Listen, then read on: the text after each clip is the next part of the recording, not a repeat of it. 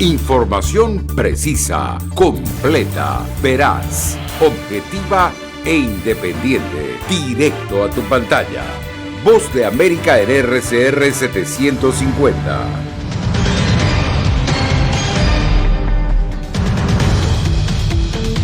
Histórico acuerdo de cooperación nuclear firman Estados Unidos y Corea del Sur en la visita del presidente asiático a Washington.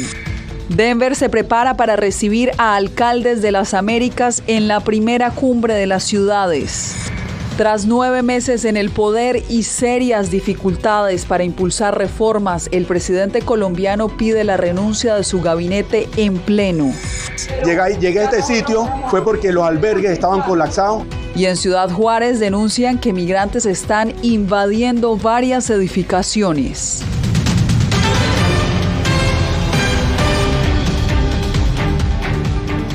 Un histórico pacto nuclear acordaron hoy Estados Unidos y Corea del Sur.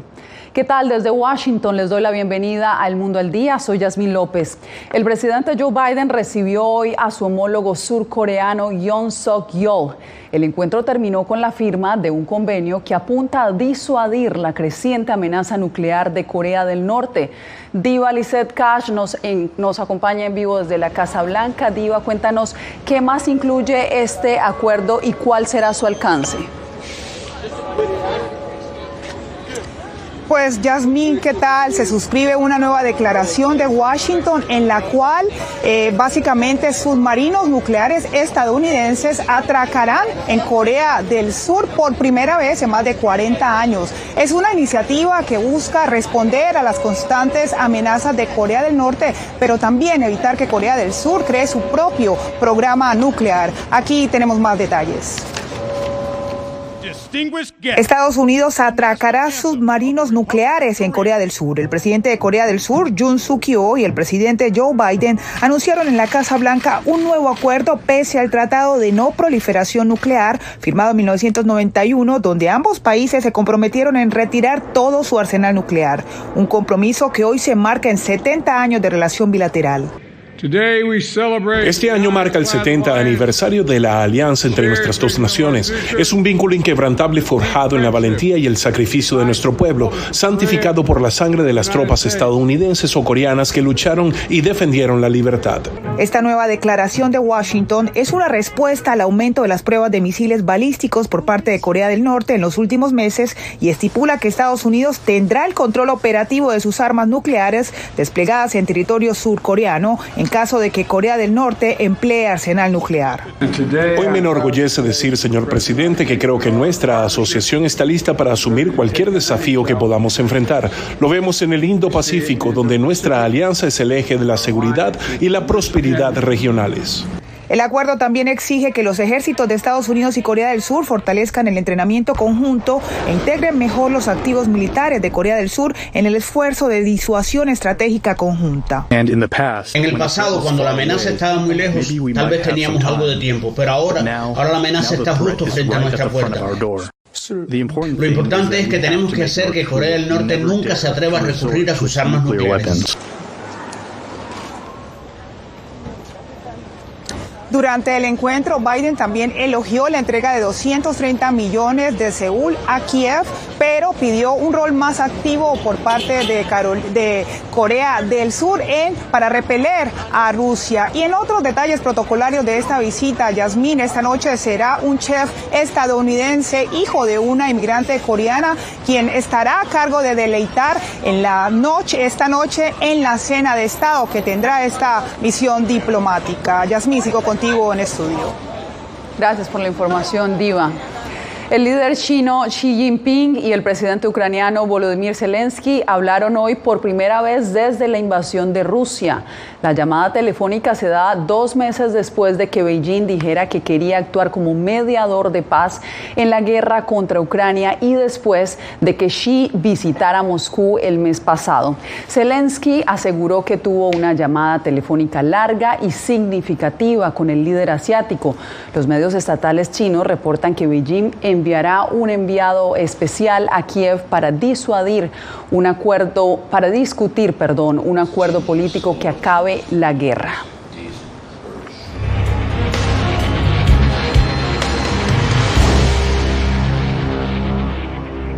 Alcaldes del continente americano se reunirán mañana en el marco de la cumbre de las ciudades. Nuestra enviada especial Laura Sepúlveda nos preparó el informe desde Denver. Como un foro para proponer soluciones enfocadas a la sostenibilidad, equidad y resiliencia, la administración Biden creó esta primera cumbre de las ciudades que reúne alrededor de 250 alcaldes de todo el continente americano. Tenemos que aprender de nuestros socios locales. Ellos son los que miden, cavan, plantan, educan, tratan, responden y movilizan. La conversación que en varias ocasiones se ha tenido para atender temas de desarrollo de las ciudades, dice Pablo Lazo, director de Desarrollo Urbano para WRI, podrá llevarse satisfactoriamente a la implementación tras este encuentro. Por primera vez hay más de 3 países en América Latina, Estados Unidos y Canadá ya lo han hecho, que están preparando bonos verdes, los green bonds, con estructuraciones financieras para poder acelerar transformaciones importantes hacia el desarrollo sostenible en las ciudades en distintos países. Las migraciones también estarán en la agenda, ya que el continente americano es receptor de 59 millones de migrantes de diferentes regiones, según la Organización Internacional de Migraciones, con datos de 2020. La cantidad de personas que transitan desde América del Sur, América Central a la frontera de Estados Unidos con México continúa mucho más a menudo que nunca en la memoria reciente,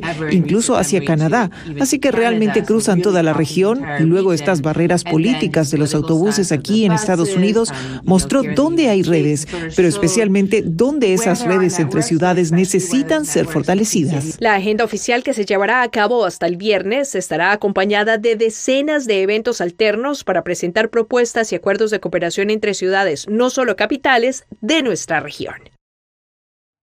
En Colombia, el presidente Gustavo Petro pidió la renuncia protocolaria a los 19 integrantes de su gabinete y 8 de ellos ya no están en el equipo de gobierno. Un proyecto ejecutivo de reforma a la salud desató una crisis política que le ha costado muchas críticas a su gobierno. Yair Díaz tiene la información. El Congreso de Colombia debate varias propuestas de reformas presentadas por el gobierno de Gustavo Petro. Una de ellas es la reforma a la salud, que ha generado polémica y llevó a Petro a terminar su coalición con 3 movimientos políticos que acompañaban su mandato. La coalición política pactada como mayoría ha terminado en el día de hoy por decisión de unos presidentes de partido, alguno de los cuales amenaza a la mayoría de su propia bancada. Petro solicitó la renuncia protocolaria de todo su gabinete ministerial tras la negativa de los partidos de la U, Liberal y Conservador de no apoyar su reforma a la salud. Esto lo que deja de presente es que esa coalición del gobierno de Gustavo Petro nunca giró en torno a acuerdos programáticos. Mi respaldo total a las decisiones del presidente Gustavo Petro. Habíamos estado sometidos a una actitud absolutamente extorsiva por parte de algunos presidentes de partidos. El presidente del Senado, Roy Barreras, espera que se reagrupe una coalición que impulse los proyectos del gobierno. El presidente Petro contará conmigo siempre en el marco de las instituciones para hacer las reformas que son justas y que el pueblo colombiano reclama.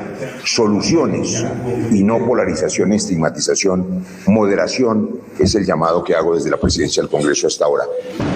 Es la segunda vez en menos de 9 meses de mandato que Petro hace cambios de su equipo de gobierno. Yair Díaz, Voz de América, Bogotá.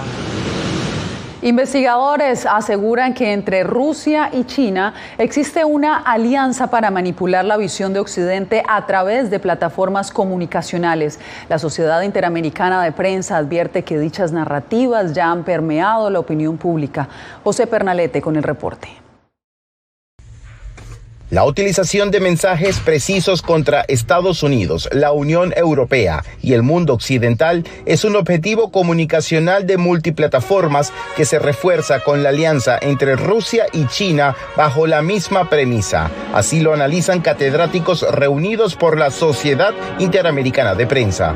Con la idea de poner fin a lo que perciben como la hegemonía liberal o la hegemonía de Occidente con el liderazgo de Estados Unidos, en esto que llamamos el orden basado en reglas, y de los valores liberales que van acompañados a eso, ¿no? Y esta consideración, esta idea de poner fin a este orden internacional que conocemos hasta hoy, en mi opinión, prevalece sobre cualquier otra consideración.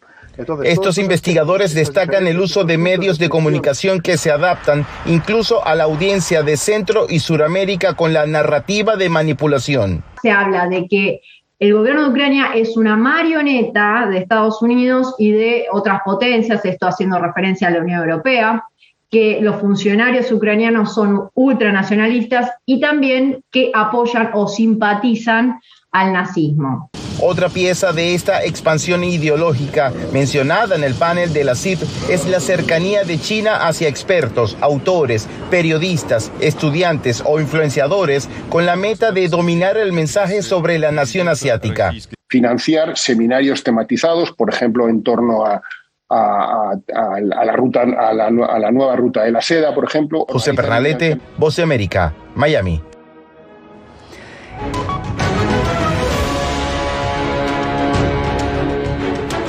En México murió uno de los integrantes de la caravana migrante que salió desde Tapachula el pasado domingo hacia la capital.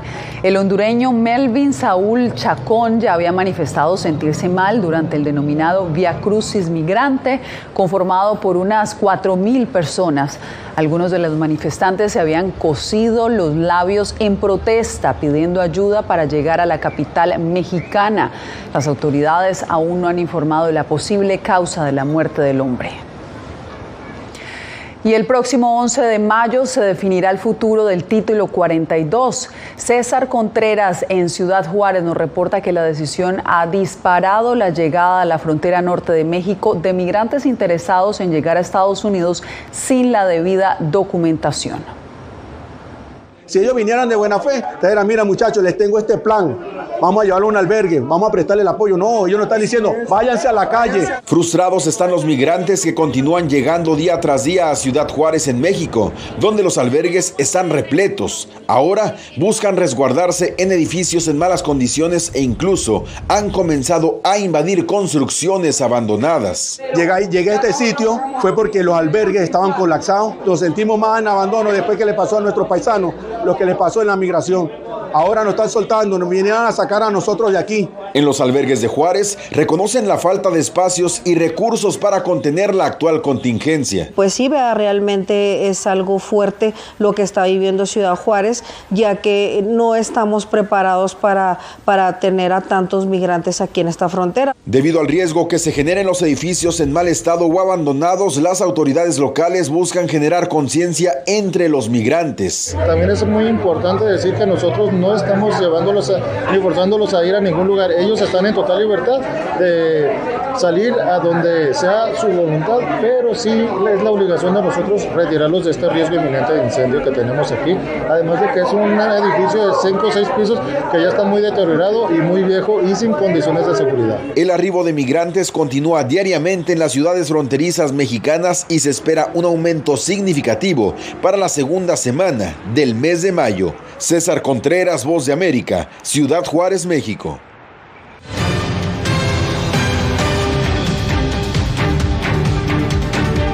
La popularidad que está cobrando el fentanilo en Estados Unidos ya empieza a preocupar a otros gobiernos de la región.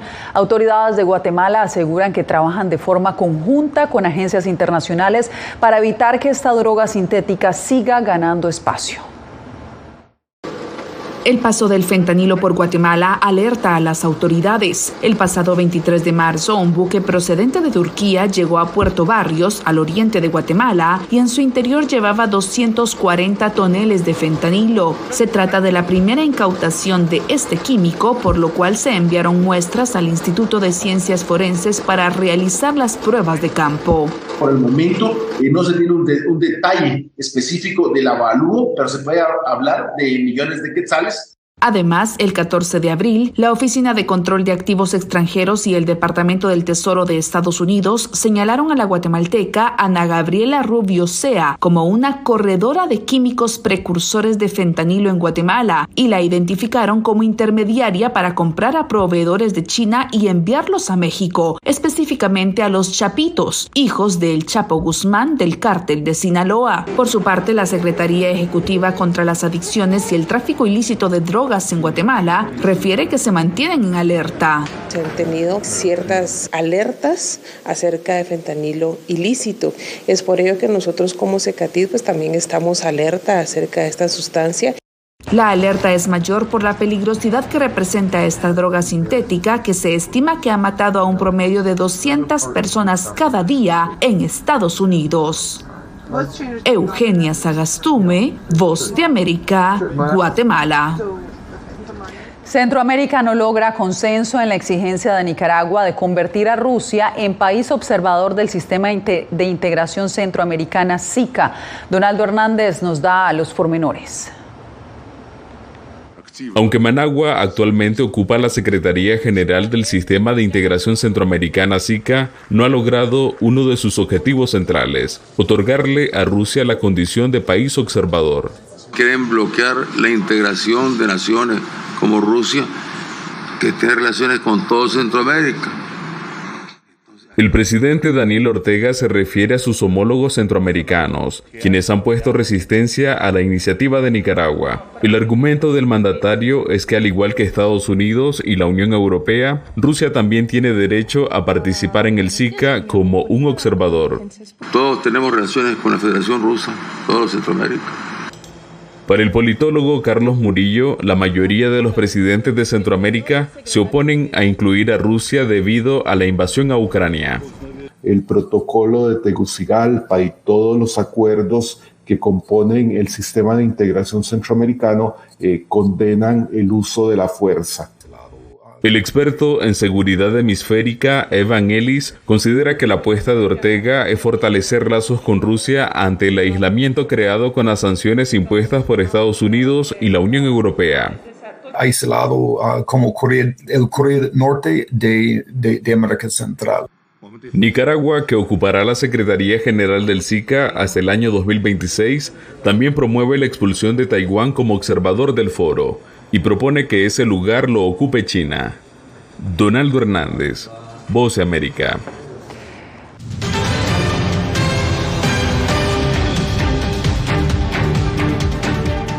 Tres años después de la pandemia, el trabajo remoto sigue generando debate.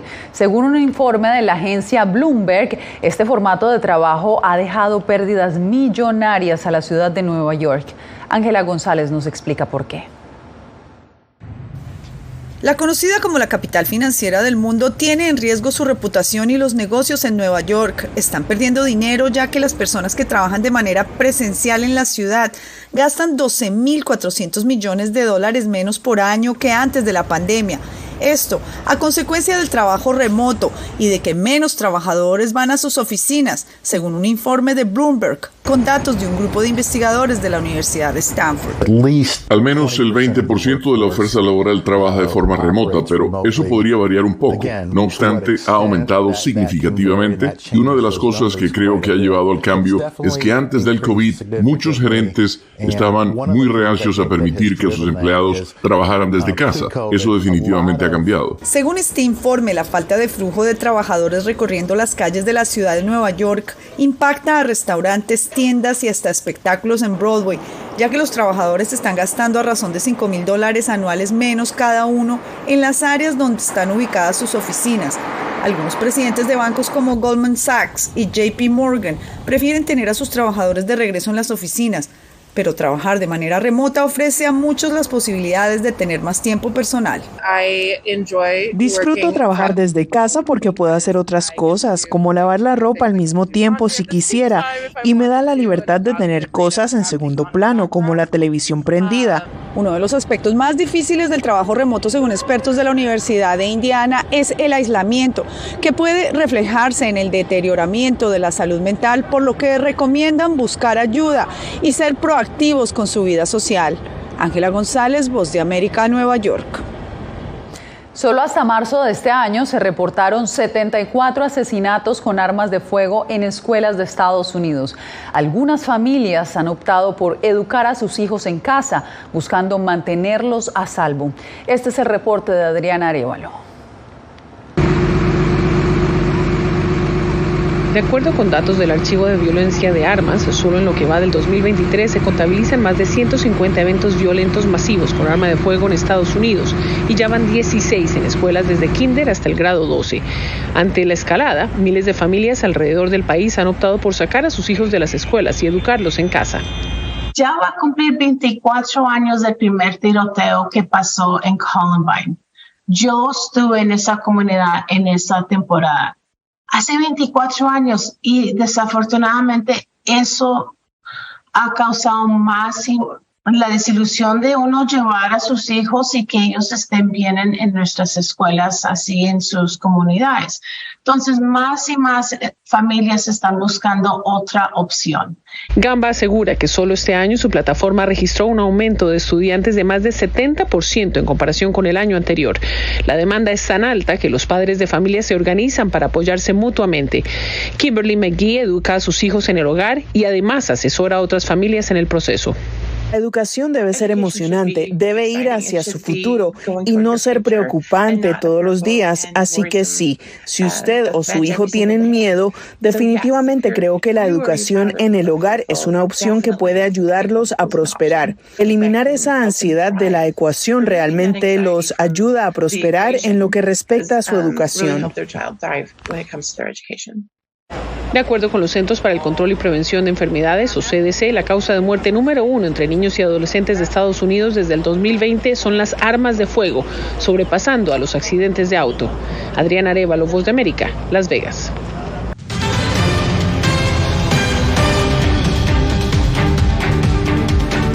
El tráfico del jaguar de Bolivia a China es una realidad compleja que el documental Tigre Gente retrata para promover las políticas de conservación de esta especie en América Latina. Fabiola Chambi tiene el reporte. Hice la promesa conmigo mismo de proteger a los jaguares antes de que sea demasiado tarde para salvarlos. El guardaparque boliviano Marcos Usquiano ha dedicado casi toda su vida a proteger a los jaguares del tráfico de partes de este animal que tiene como principal destino China. Al igual que la periodista de investigación Laurel Chor, que desde Hong Kong se unió a la travesía para mostrar esta problemática en el documental Tigre Gente. Llamar la atención de nuestras autoridades nuevamente para que puedan involucrarse y ser partícipes de todas las acciones de control, preservación y protección del jaguar y de las áreas protegidas a nivel nacional. Según el Fondo Mundial para la Naturaleza, se estima que quedan entre 64.000 y 170.000 jaguares en el mundo y menos de 10.000 en Bolivia. El mercado negro está acabando con el felino más grande de América. No solamente se trata de las personas que están cazando en Bolivia y las personas que están comprando en la China, sino todos los que venimos dentro de esa cadena de las actividades. Hay una demanda por esta creencia de su viralidad, de su fuerza, y no solamente de los cornillos, sino de usar cualquier parte del jaguar. There does need to be a stronger Chinese voice in all of this. En Bolivia, la leyenda dice que un ser humano puede convertirse en jaguar para fundirse con la selva y conservar el territorio. Quien lo consigue se convierte en un tigre gente. Fabiola Chambi, Voz de América, Bolivia.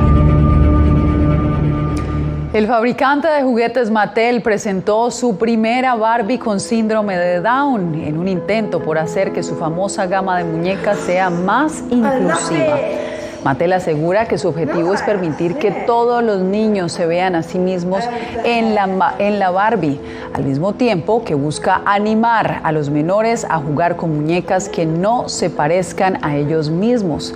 Por lo visto, esta Barbie pasó la prueba, pues la modelo británica Ellie Goldstein se vio contenta al ver que la muñeca se parece a ella. Con esto nos despedimos por hoy. Les informó Yasmín López.